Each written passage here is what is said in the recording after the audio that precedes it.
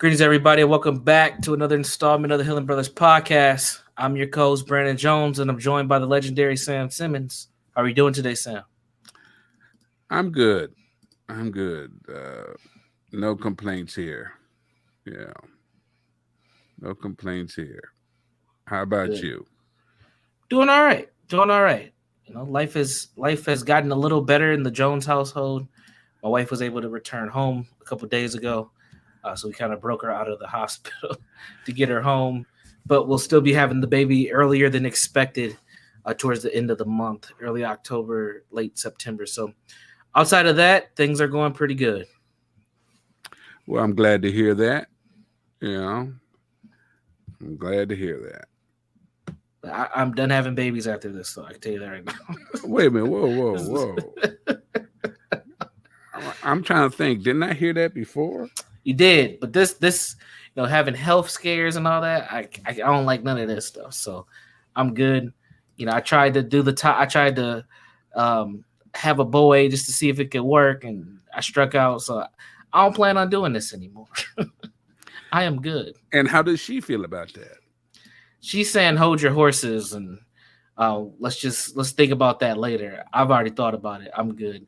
I don't know why she would want to even go through another birthing experience at this point, but I don't want to cast my judgment onto her.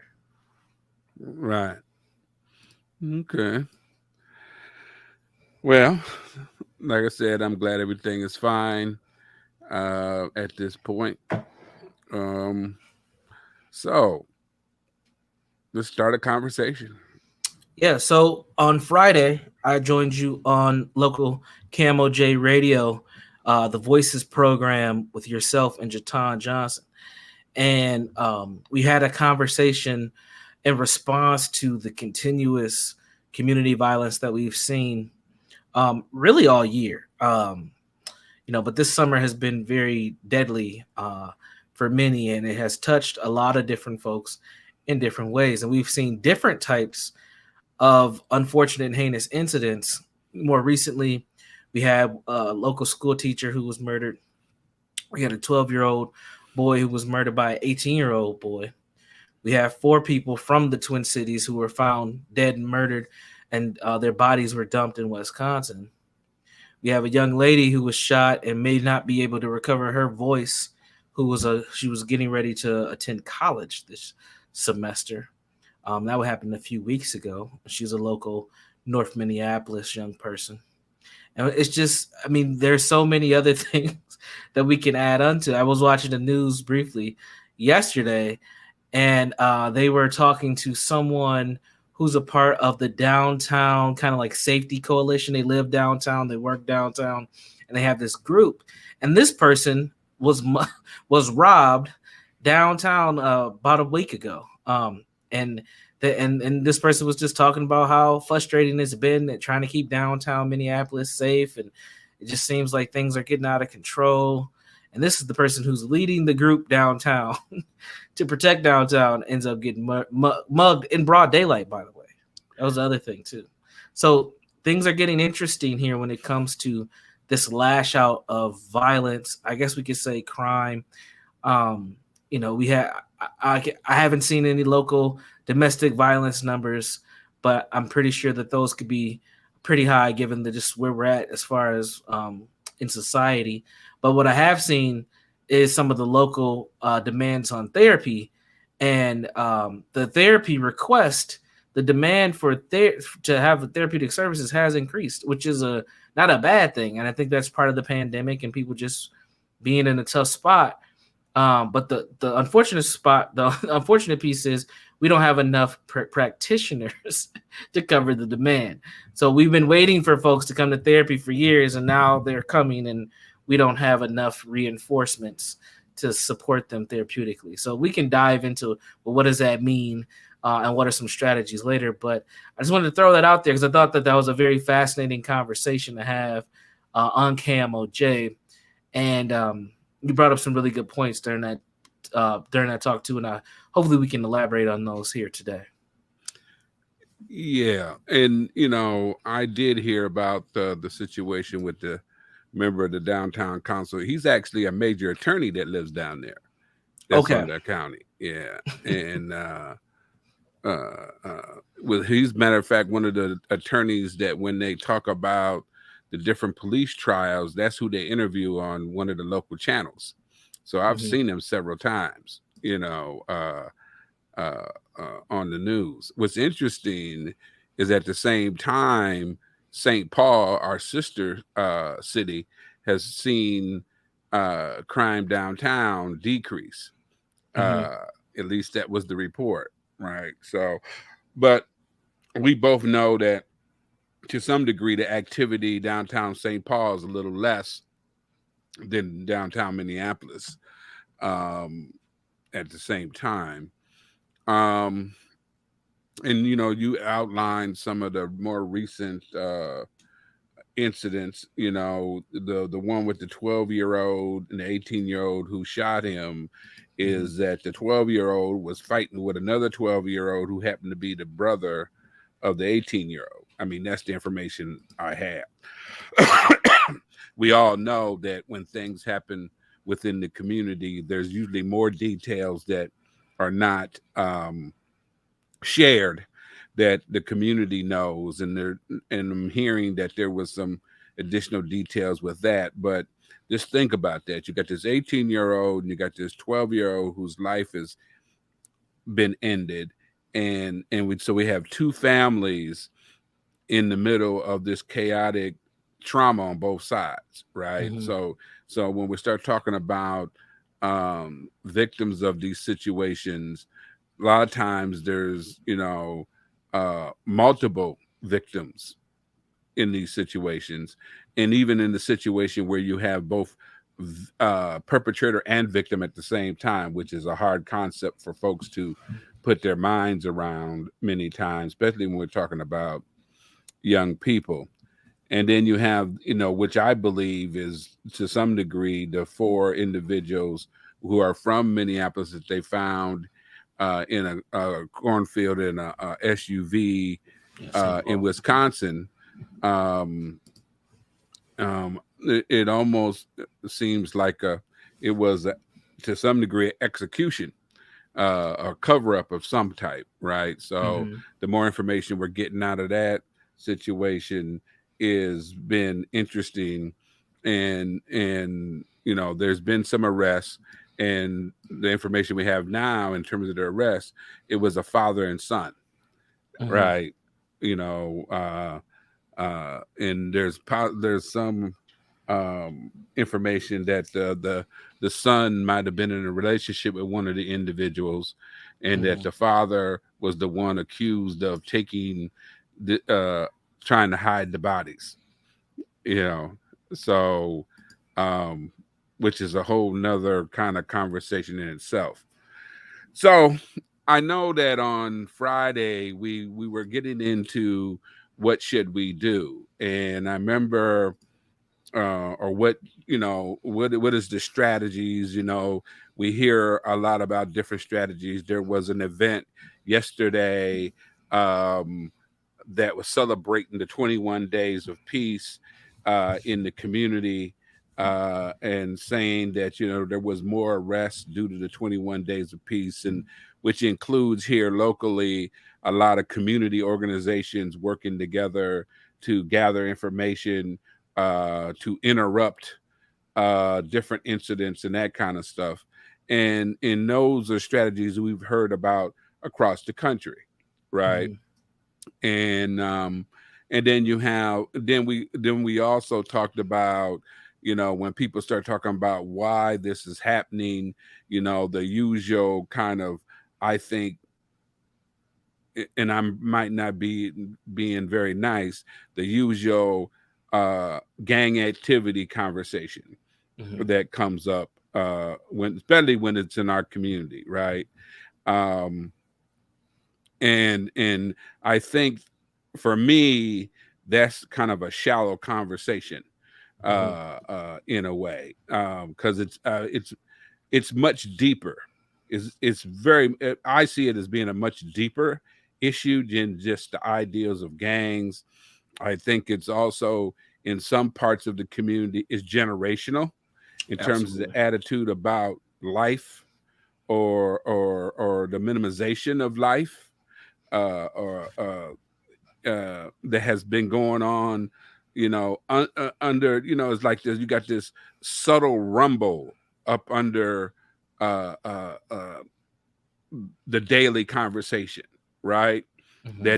That people kind of know it's there, but they don't want to talk about it because of how it looks, in the community, and what kind of shadow would put on upon the community. Because again, I often say, when you talk about the Black community in our society, it's always seen in a negative light, right? Even Right. if the same thing is happening in the other communities, it's always seen in a negative light. And one of the real interesting things that I've seen, not just in our community and to various degrees other community, uh the entertainment in destruction, Hmm. through things like TikTok and Facebook and those kind of things. You know what I'm saying? Right now they got this new TikTok piece going on in schools where they're vandalizing bathrooms in schools all around the country, putting it on TikTok and this other kind of stuff. Hmm. In the suburban schools are having a major problem with that, and they send a little letter out to the families, and tell your kids this is wrong, and there's a different kind of approach to it, right? uh they barely mention that, there might be criminal charges, right, to this destruction. Hmm. And we know that often anything that happens in our community, criminal charges almost becomes first, right? So there's different levels of understanding that I think that needs to be approached differently. Because I remember when you were on the show, you were saying what parents can do, and you gave this list of things that parents can do. The stuff about knowing who your friends are, uh, paying attention to mood swings, and all these other kind of things. You want to elaborate on that? Yeah, and do know that the suggestions depend on the dynamics within the family, and it's not easy to always do these things, especially if there's already disruption amongst the family dynamic. But in general, if you want to um, understand how to keep an eye out for these things within your own household, paying attention to drastic changes in your child's behavior is very important. Sometimes when children find themselves in situation when young people find themselves in situations, you'll notice their behavior start to shift in one direction or another, but it's a complete shift from where they were. Sometimes young people might isolate or avoid situations that they normally wouldn't do. They may switch up their friends pretty frequently. They may become a little bit more secretive. You may notice a reduction in their appetite, or their sleep patterns may change. Like, these are all things. Sometimes you can even tell with how they're dressing, what they're dressing, if it seems like they are carrying larger bags versus before where they didn't carry any bag, or whatever the case may be. You may want to just pay attention. I think that it's always healthy to ask questions without being an interrogator of your child, and asking them what are their thoughts on this and that and what's happening. See if they know people. Sometimes we have a lot of young folks who are grieving because one of their friends, or at least a classmate or somebody that they may have liked but did not know very well, ends up being shot, harmed, or murdered, and they don't know how to emotionally regulate or address those types of feelings, grief. And what ends up happening is they internalize that pain. And a lot of times we just want our kids to be happy, and we'll do anything in our power to make sure that they're happy. But sometimes they need to go through a down period, and they just need you to be a listening ear and a support. But a lot of times we meet our kids with aggression because we're trying to force them to emotionally be in a particular state. And I think that that's when you start to see kids drift away from home and into other activities as well. So, as parents, and I would say not even just parents and caregivers, but just as a uncle, a auntie, a concerned neighbor, a sibling, whatever the case may be. These are things that you have to pay attention to with these young people, especially these 10 through 16-year-olds, because that's the demographic where you're going to start to see a shift and a sway into this activity. And it's important to know, even if you're a young person, especially if you live within the community, even if your young person is not gang or clique involved, they still have to navigate the same schools, buses, parks, community patterns, whether that's how to walk from their home to the gas station, just like anybody else. And safety is at top of mind. And in those environments, all those kids are being impacted by the ability to maintain their safety. And that's probably one of the number. If that's not the number one priority, it has to be number two. And it's a very difficult place for young people to grow and develop. So, Absolutely. And so, all of those things are very appreciative in terms of paying attention. We're really talking about paying attention, having some healthy conversations and communication with your young people, because you're right, they're exposed to these environments that these things are going on in, and being able to process those griefs and loss. That's right, one part of the population. But there's another part of the population that doesn't get noticed much or get talked about much, because I don't think we can emotionally handle thinking about this other part of the population. And during the show, we talked towards the end of the show, we start talking about generations of folks who've been on the grind, right, right? And when we're talking about on the grind, I see that as defined as folks who've been on survival mode for a long time. And there's right, different folks in communities, especially in our community, that has been doing generational survival mode for years, right? And different right, aspects of our whole community has been on different levels of survival, right? I mean, we got to be honest about, and that's the difficult piece about the effects of a community that has to have a higher level of survival mode for years, right? And how we navigate that survival mode means. So what do I mean by that? This might sound, like you always bringing this up, but the thing is when we're talking about African Americans, especially African Americans, I know there are other African Americans from other countries, other places, who are immigrants and have a slavery in their background, right? But when we're talking about America, I'm talking about Americans who have American slavery in their background. And so we're talking about different parts of our existence has been based on survival. And some of us have navigated that better than others.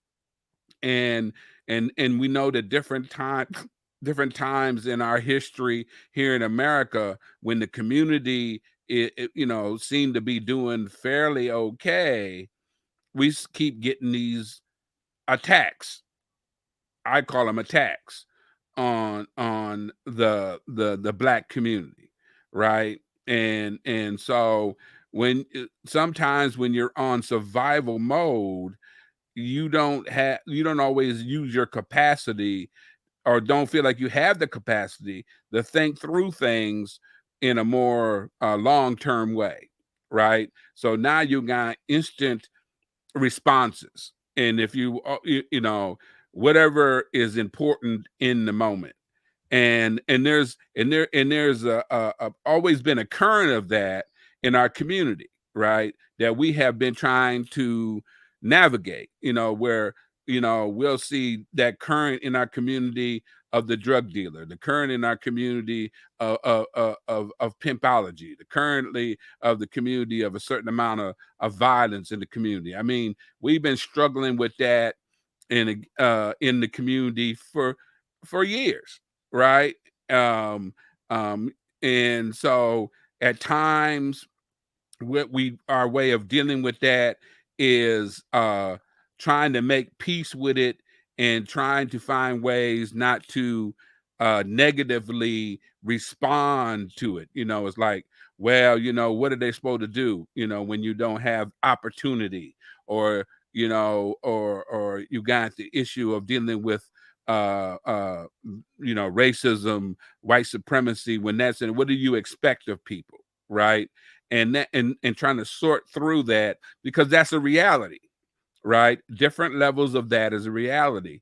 And the originally the idea is, if we can get the importance of education. If I get education, and learn how to read and write, and do all the right things, work hard, present myself in a professional manner, and that kind of things, maybe things will get better, right?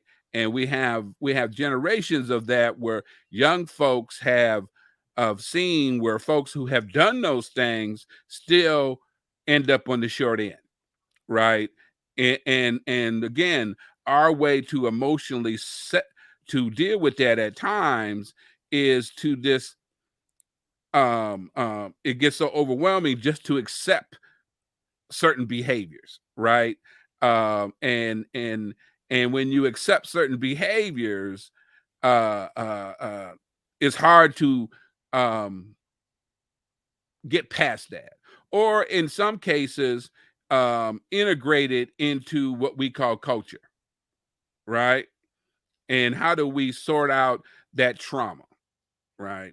And how do we look at that continuous attack or continuous trauma at various levels?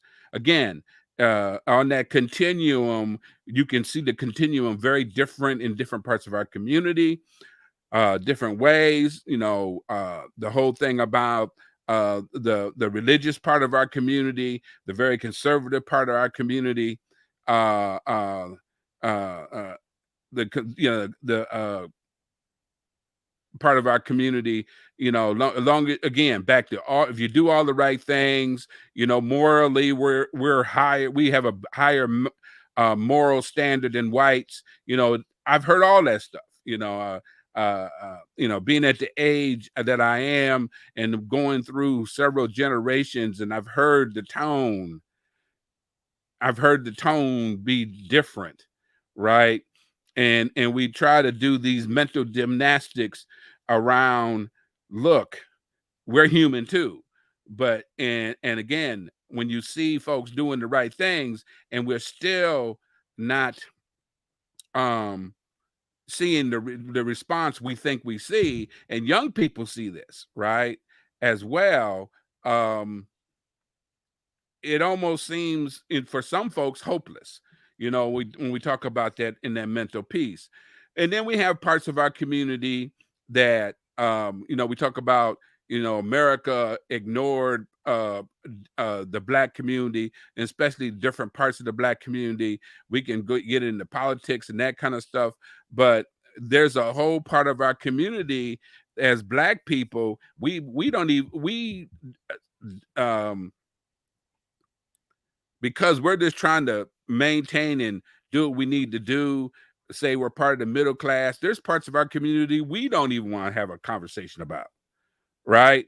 And the only time we have that part of that conversation is when it seems to disrupt our vision of the community, or when it gets too close to us.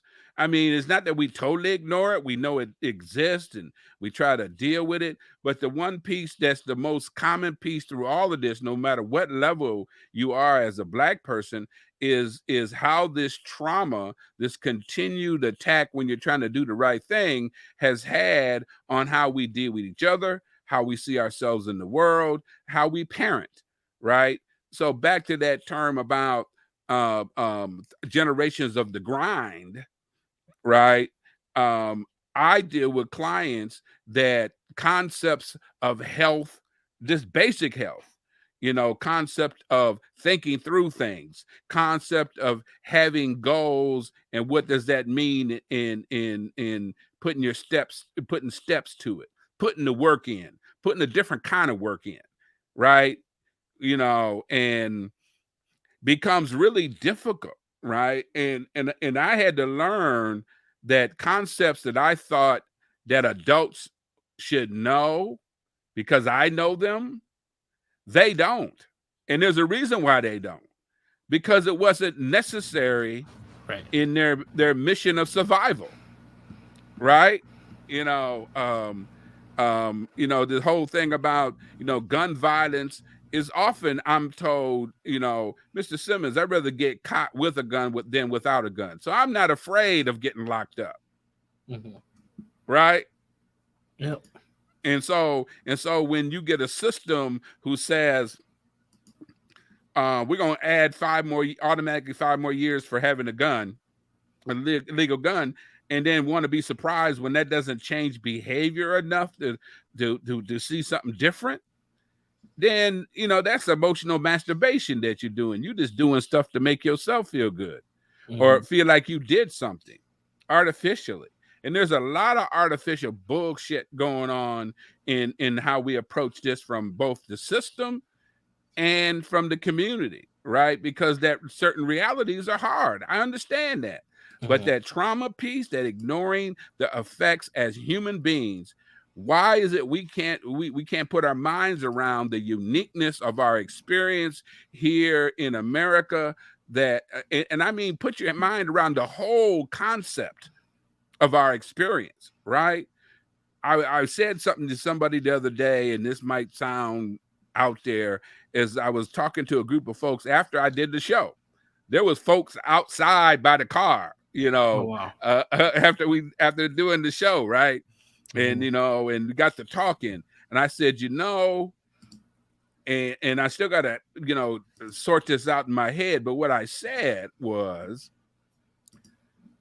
as Black people going through the experience of America, starting with slavery, we have it's been both a plus and a minus, right?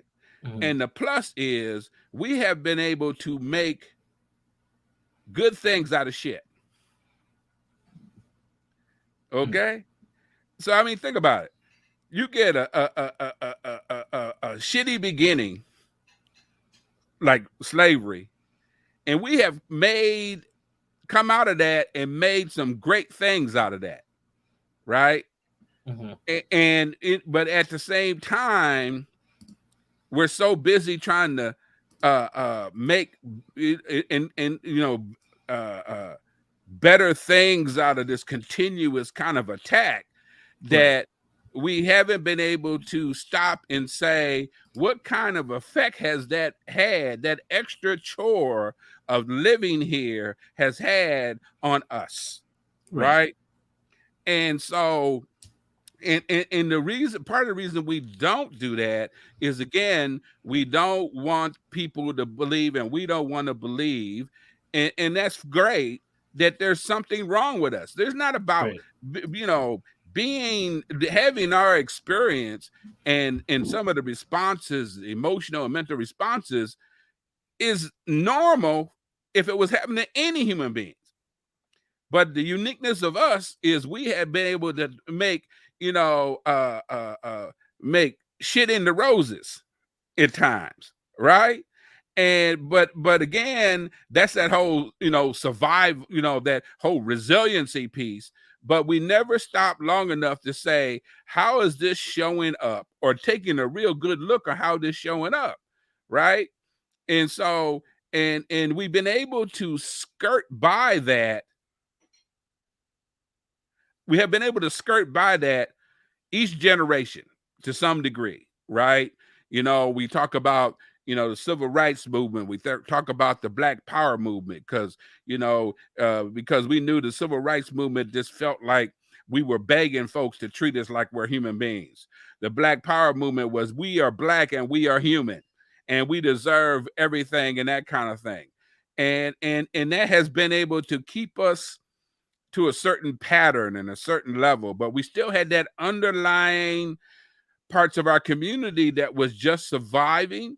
We had that the effects of white supremacy, male supremacy, white male supremacy, by the way, on view of what manhood and all of these areas that we're trying to fit in that we really never really did because nobody would allow us, right? And we see this history throughout the history. If we look at the history of community, black community, Tulsa's the new one, but we have many communities that were doing the right thing, making money, taking care of each other, learning the economic system, and get burnt down, blowed up. And it's like one of the biggest fears of America is when black folks do well, that's a problem. That is a problem, right? And again, how does that affect looking at ask the how does that affect the community? How does that affect even them and how they look at us? So let me see if I can make some real sense out of this. So you deal you we all the stuff you was talking about in terms of being paying attention to our children and that kind of stuff, but we have a part of our community and in their way that has been on survival mode. Now, Yes. and that really increased. We were seeing it in the 1960s, when we were trying to still sort out how do we fit in all this, right? Trying to find our way. Think about it. We spent 246 or 49 whatever years knowing real clear where we fit. You a slave. You slave. And ever since then, we've been trying to figure out how do we fit in this. Some of us has been doing better than others. But with the last major blow, and I keep bringing this up, that we are suffering from a great deal, that, the balloon burst. It probably burst before this in the late 70s or early 70s and 69 and that kind of stuff, when we went through the riots and that kind of stuff. That was the original burst of the balloon, like we can't do this no more, is when we were inundated with crack. We were inundated with crack, and the system's only way of dealing with that within the community was punishment. Right. Making statements like, yeah, we got to go down here, and you see it with on movies and documentaries. Let's go deal with these animals, right? And this was the police departments and legislation, right? And then and so now during the crack era, and because we as a community also suffer from the disease of high sexism, trying to find our footing as black men, didn't realize the significance of how black women been holding things together, right? Holding things together, and at the same time trying to elevate us to a level so that we could probably at least emotionally feel like we compete with white men who are insecure and incompetent in their own crazy ways, right? So in the late 70s, because we were just struggling, we was already struggling with the heroin in our community, right? And then you add crack in there, and crack had a major effect on black women, which meant that it had a major effect on black children, because black women was the last bastion of safety for our community. They were holding the community together, even at the cost of themselves sometimes, right? And when babies could not even look upon, how we feel about our mamas in the black community. And, yeah, my daddy might have been a Rolling Stone, but my mama was there, right? And that wasn't always true. But the issue is that's the way we seen it. And now I can't trust my mama. Right. And my baby sister or my older sister, who's only 10, 11, 12 years old, she's running the house. And some of the young boys, we're running the house. We going hungry. The system, no investment in the inner city. Uncle Ronnie made sure of that, right? And so now I want to eat this like anybody else. I'm 10, 12 years old. The OGs is giving me this drugs because the OGs at that time realized that the system treated children differently than adults in terms of legal time, Mm-hmm. jail time, right? Let's keep it real. How we got them babies out here Mm-hmm. making that money. I get to feed my family. Then if my mama get hot, get stuck on crack, I supply her because I don't want her going into the crack house. Or I get to a point where I don't have no respect for her. Now I don't have no respect for the women. And we're just now admitting in our own community how devastating this was to Black women and children, right? Yeah. And then what the response of the system was is, I'm going to punish you by taking your kids away because you don't care nothing about your kids. Because if you cared about your kids, you quit doing drugs.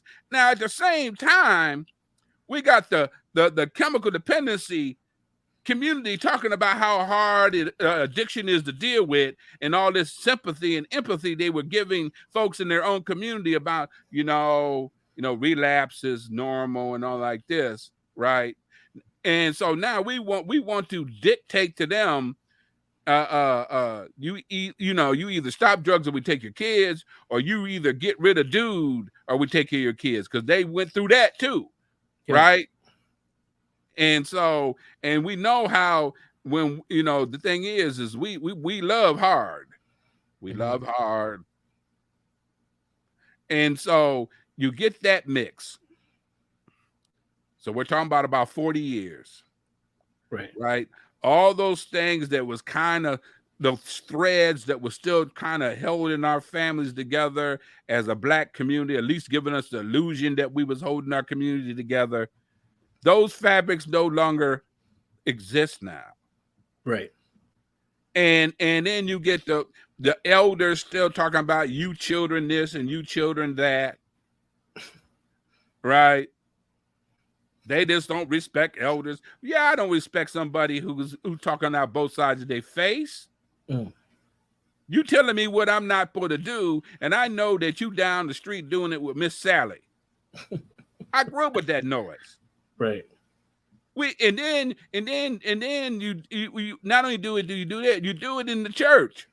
Right. Right? You tell me I'm supposed to be pure and all this other kind of stuff. And we find out later on, Pastor so and so, and again, well, Sam, that happens. I'm just saying, we cannot ignore these things. We're at a point that we have to evolve and do some serious work in terms of getting above this, and we can't do it by ignoring the effects of experiencing continuous trauma in our existence here in America. Right. We can't do it no more. Right. And now these 40 and 45-year-old individuals who were the 10, 12-year-olds during the crack era, right? And it didn't get no better after the crack, right? And we got pockets of our community that been doing this struggle and surviving and making a way out of no way for so many generations, right?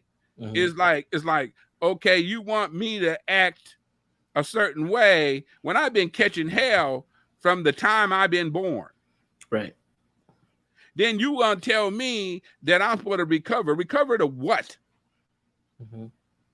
And on top of that, you at the same time, when I do talk about what I'm talking about, you don't validate that my experience is real because you can't handle that experience.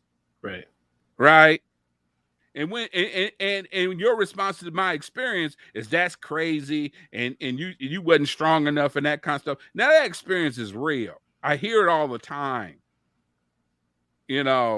I hear people say, well, Sam, I grew up in Chicago. This is the way we lived. You Right. made the best out of no way, right? And if that meant carrying a gun to get to school, that's what you did, right? Yep. And on top of that, how do you expect me to change that when I've been raised on go? Right. Right? I've been raised on edge. Even when I go party, I was raised on edge, Mm-hmm. right?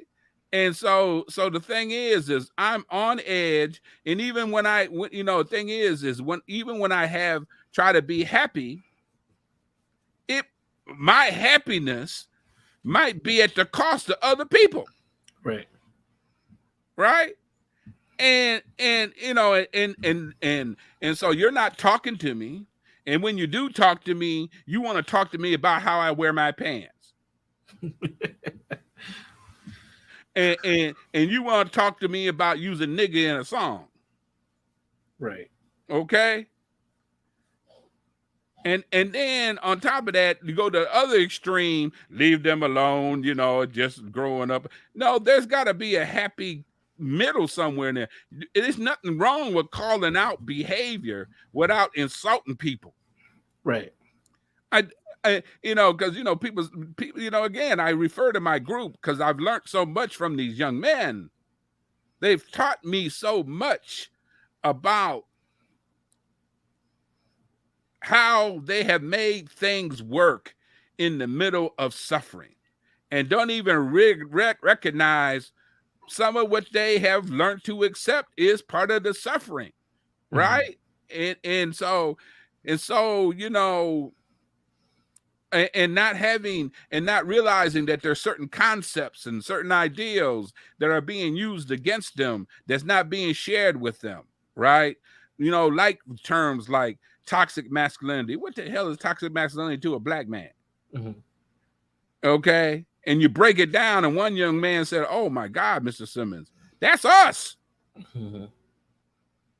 But at the same time, he says, "Why don't nobody talk to us like this?" Well, one is we ain't talking to our own selves like this. Right. I just, I mentioned that one of the incidents here, it was a father and son. Mm-hmm. And I bet you, and I'm not sure, that father is around 45 years old. He might be a little older, but Right. yes. I think he's Not like much. 53. Yeah. I think he's in his early 50s from what I've seen. But hey, that would fit. Mm-hmm. You know what I'm saying? Mm-hmm. And so you get you get this 4 generations of individuals who have learned how to cut the edge, skirt the system, deal with their trauma, make trauma normal in my life. Being black means that you're going to suffer a certain amount. You get too happy, you get scared, right? Things go well too long, I get scared. Think about that. Mm-hmm. So if we don't willing to dig deep into how do we help people heal at that level and at the upper level, because we got to do a certain amount of healing in that this whole called middle class level too, because they're hurting too. It just shows up differently. It's just different resources, but same problems. Yeah, and it's affecting how we raise our children, or affecting how we're not raising our children. Then now let me break. Some of us are not raising our children. We still got children still raising themselves, right? Because we can't handle the truth. Mm-hmm. So this whole thing about violence and gangs, we got young people out here who stimulate their entertainment by terrorizing other people and getting on Facebook.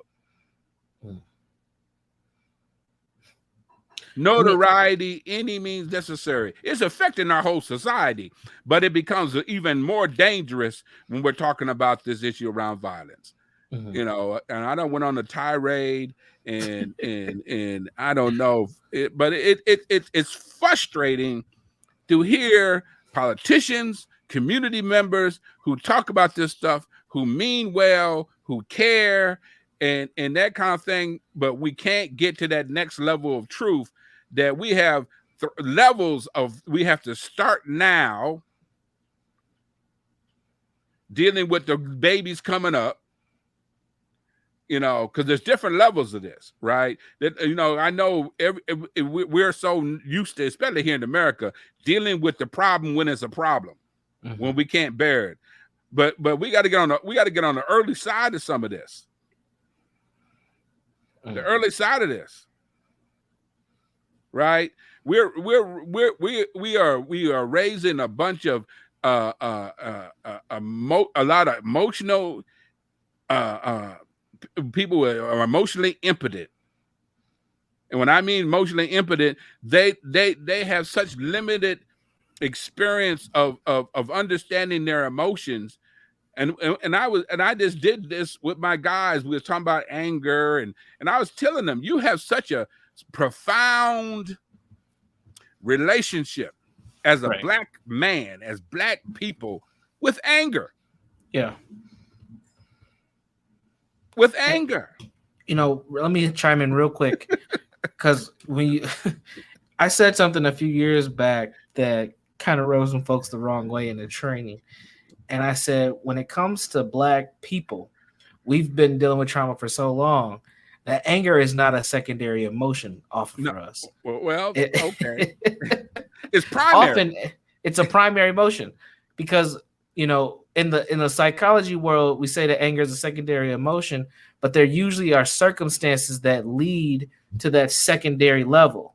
But our circumstances have been so consistent that we don't need that first line of emotional defense. We go straight to pissed off, straight to I wish a motherfucker would. Like that statement is an African American proverb. Right. And Well, that to me is that anger is a first, anger is a first primary emotion, and I always find it fascinating. It doesn't take long, and you even see it in young children who come from very traumatized homes and things as well.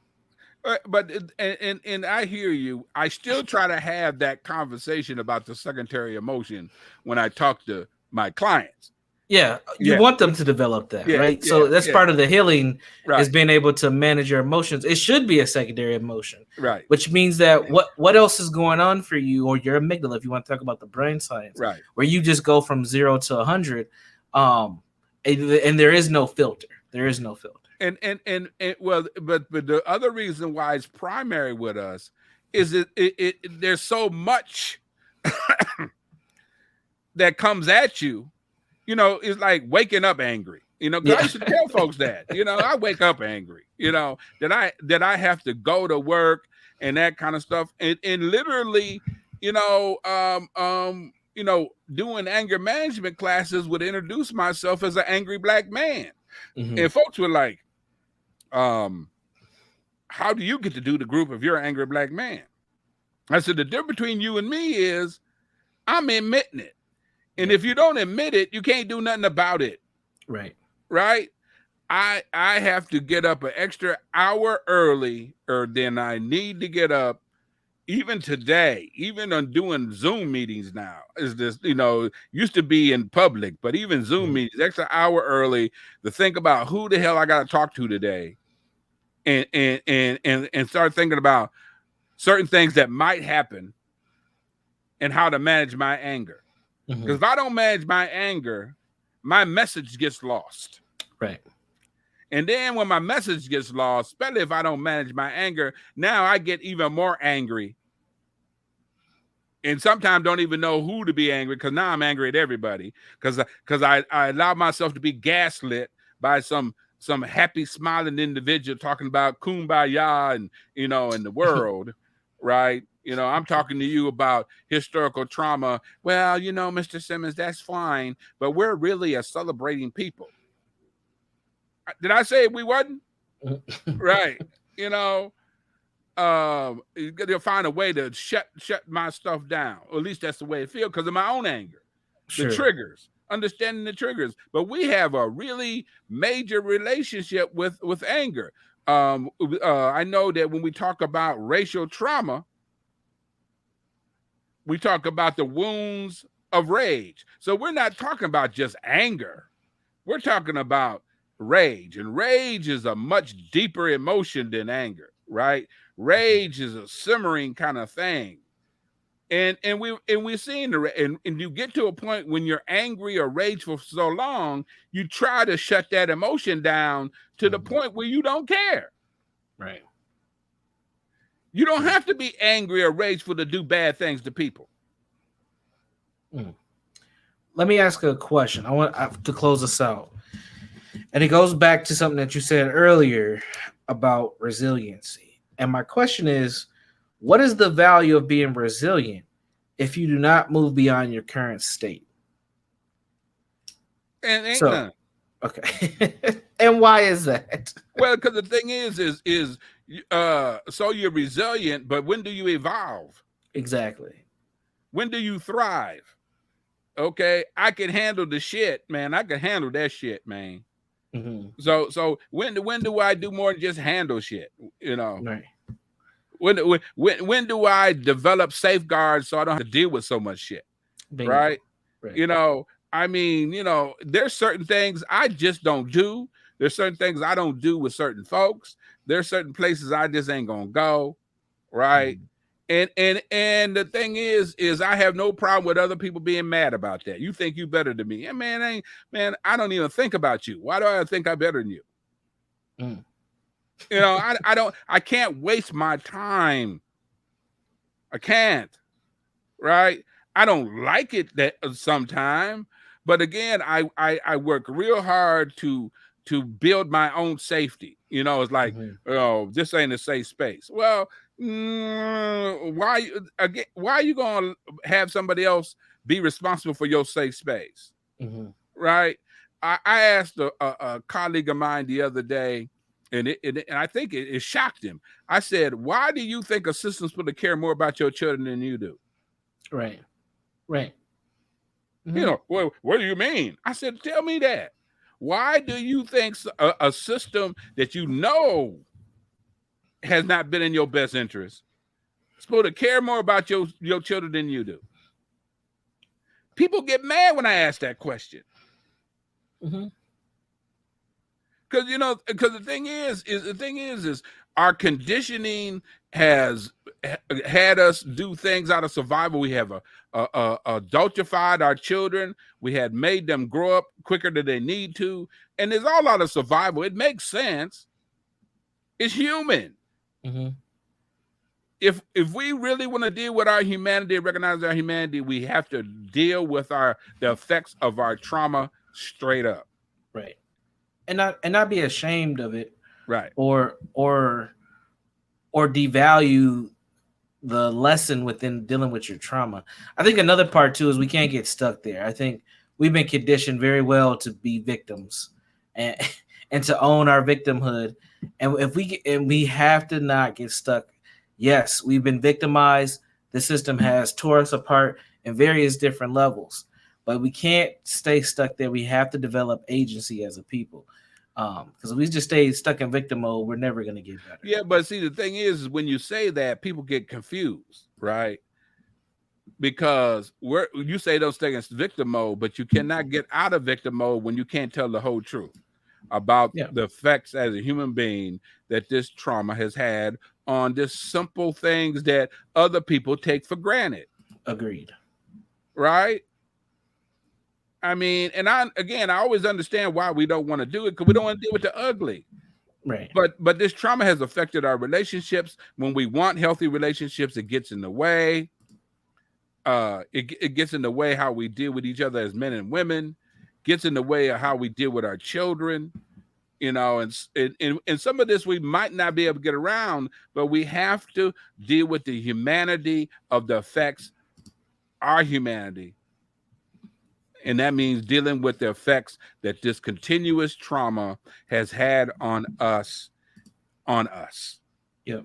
To the point where we got babies out here who are baby, and not just babies, because again, we're talking about adults.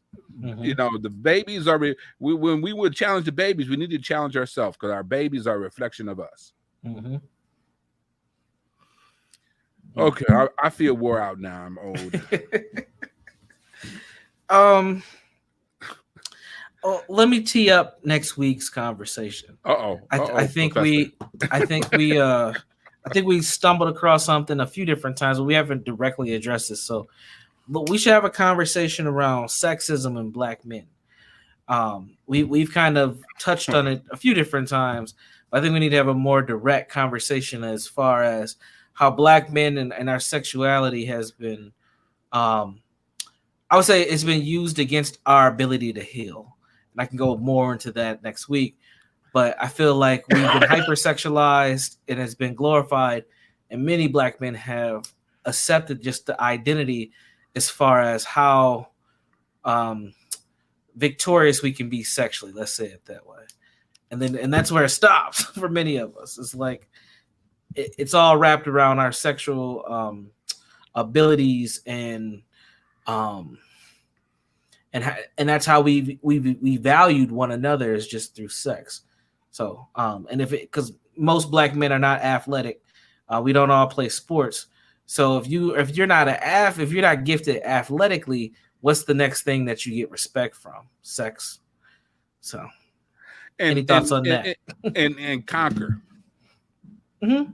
Yeah, It's all tied into the same yeah, thing. We yeah. don't conquer business. We don't conquer community. Hell, we don't even in war. We don't conquer anything but hurting one another. But when it comes to sex, boy, that's our battlefield right there. Okay, see you go see now you done brought it up. Now you see I've been trying to avoid having this conversation. Well, it just keeps popping up, I know. in many different ways. I think we have to talk about it.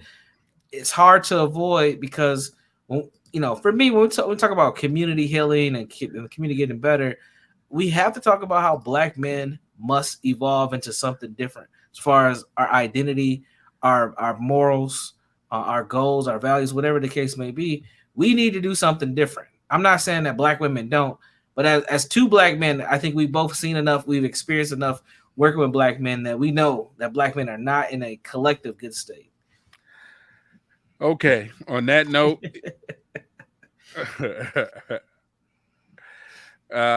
we want to say hello to Val. She's back.